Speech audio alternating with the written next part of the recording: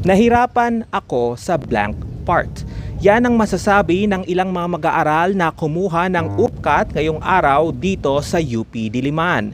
Sa pagtatapos ng unang araw ng naturang pagsusulit, iba't ibang mood ang makita sa mga kumuha ng naturang pagsusulit.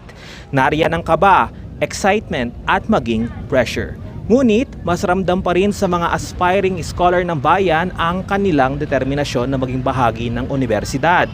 Habang may iba namang aspiring students ang nagmuni-muni muna sa academic oval matapos ang day 1 ng UPCAT. Samantala, katulad ng naunang anunsyo ng UP Administration, pansamantalang isinara ang academic oval sa mga leisure activities katulad na lamang ng pagbibisikleta at jogging. Magpapatuloy naman ang UPCAT hanggang sa August 2, araw ng linggo.